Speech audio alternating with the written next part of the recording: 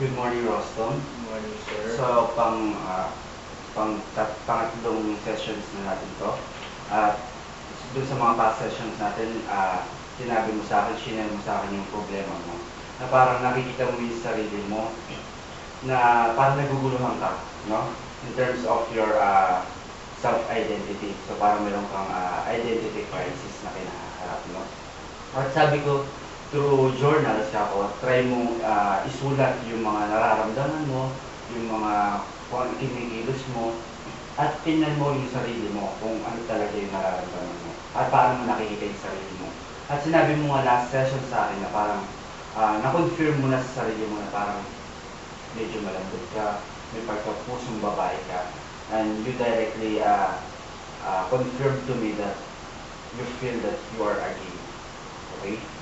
At sabi ko sa iyo last session na pagpatuloy mo yung pag-journal mo, pagsusulat mo, at sinabi ko sa iyo na tingnan mo yung sarili mo kung ano yung mga nararamdaman mo, kung ano yung parang sumasagi sa isipan mo, kung ano yung nararamdaman mo na parang gumugulo sa yung kinaharap na problema ngayon.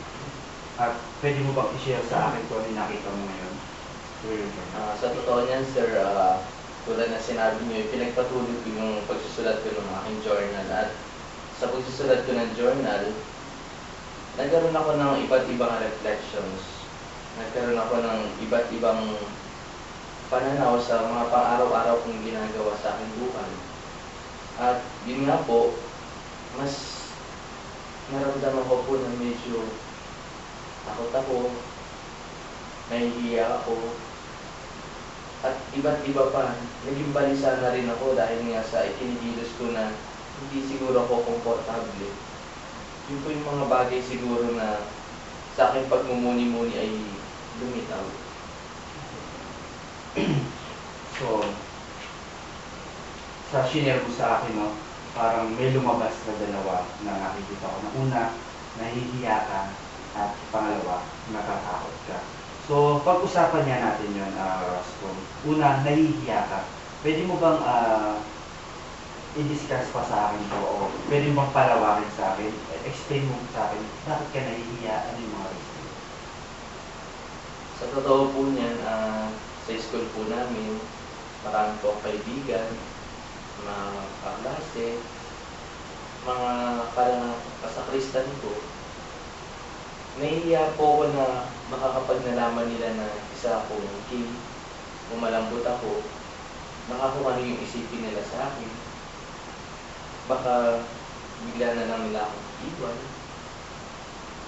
O kung ano yung mga sabihin nilang masasakit na salita sa akin na maging kahiya-hiya ako lalo. At nahihiya rin po ako na sa mga magulang ko na baka katulad ng mga kaibigan ko ay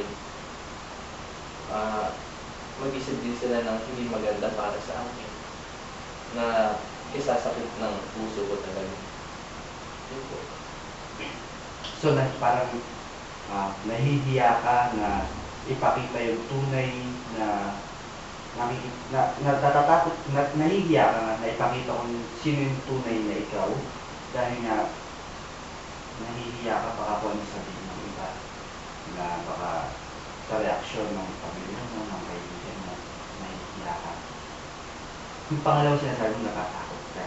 So, ano naman yun sa takot mo? Bakit ka natatakot?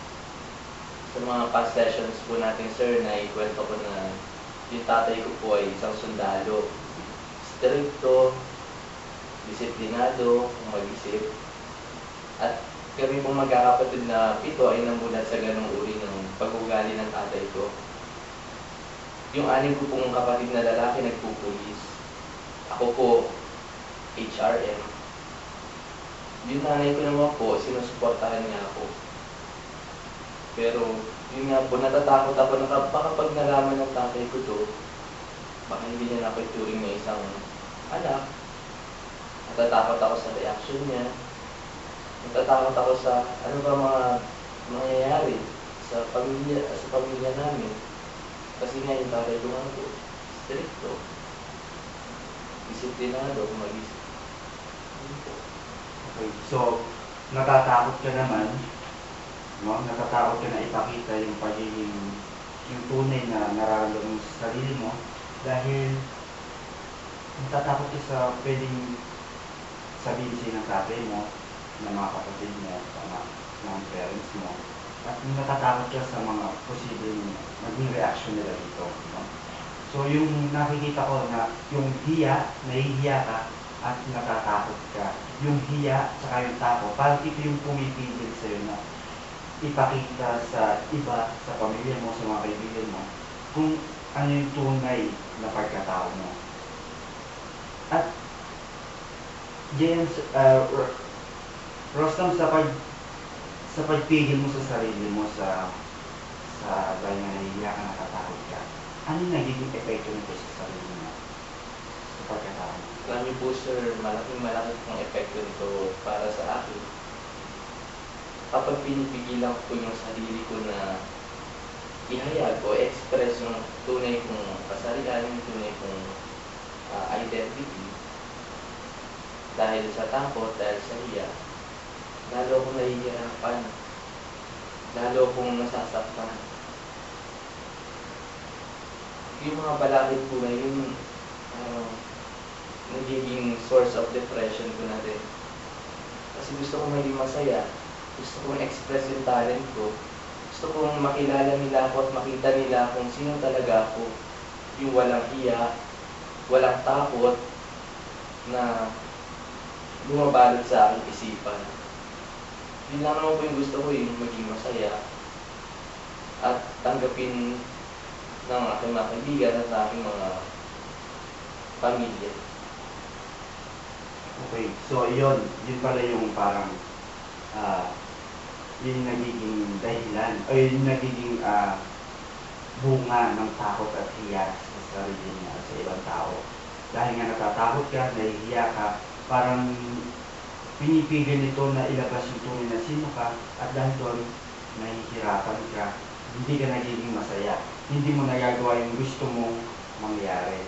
So, ang gusto mo lang naman ay ang sumaya, sinasabi mo, ipakita yung kung ano meron ka, yung talento mo. So, Rostam, dito sa problem mo ito na una, sinabi mo, nahihiya ka sa mga kaibigan mo, sa pamilya mo. Alam mo, kung sabi mo kaibigan, pamilya yan, kung kaibigan mo sila, kung tunay mo silang pamilya na nagmamahal sa'yo, nagtitiwala sa'yo, alam mo, wala ka dapat siguro ikahiya. No? Kasi kung kaibigan ka nila, no? At kung minamahal ka nila bilang anak, mga magulang, mga kapatid mo, dapat tanggap ka nila o sino ka man. Maging sino ka man, ano man yung pagkatao mo. Sigurado, matututunan ka nilang tanggapin. No? At natatakot ka mo, sabi mo, natatakot ka sa tatay mo, sa mga kapatid mo rin, sa nanay mo, sa magiging reaksyon. Yun din siguro, no, Rostam, tingnan mo, na kung aaminin mo sa kanila to, tanong mo kung, itanong mo nga kung, naitanong mo ba sa sarili mo na bilang anak, hindi ka ba nila kayang tanggapin? No? So, yun. Sa totoo lang po niya, sa aking mga reflections, pilit kong nais kong sagutin sa aking mga reflections yung mga katanungan nga po na nabanggit niyo, yung tatanggapin ko kaya ako ng parents ko kapag ginawa ko to o hindi. Pero siguro nga po kapag tinanggal ko yung takot at hiya sa aking isip, sa aking puso, at magiging masaya po, yun po siguro yung para sa akin magiging tunay na kahulugan ng aking buhay. Kailangan ko lamang kung harapin yung mga consequences. Alam mo, Rostam, no? Lahat naman tayo mga tao na nilalang dito sa mundo, kasiyahan lang hinahanap natin. At kaya nga lang, sa iba't ibang pamamaraan natin nakikita ang kasiyahan natin dito. At sa problema kinaharap mo ngayon, alam mo, ikaw rin ang makakasagot niyan kung paano mo makikita yung sarili mo at paano mo mabibigyan ng kasayahan ng buhay mo. So, ipagpatuloy muna yung pag-journal mo. At ngayon sa session na ito, ang binibigay ko sa yung assignment yun naman, yung paano mo nakikita yung sarili mo kung aaminin mo sa pamilya mo, sa mga kaibigan mo, yung tunay ng pagkatao. Ano yung nakikita mo mga advantages, disadvantages nito, para ito yung mga factors din na makakatulong sa iyo para lalo mong makita yung sarili mo at lalo mong matulungan yung sarili mo sa dapat mong gawin at dapat mong ipakita sa kanila. Okay, GM? Maraming salamat po at susubukan ko po at gagawin ko po ang lahat na aking makakaya para maibsan po yung takot at iyas na aking nararamdaman sa kasalukuyan. Muli po maraming salamat po, sir.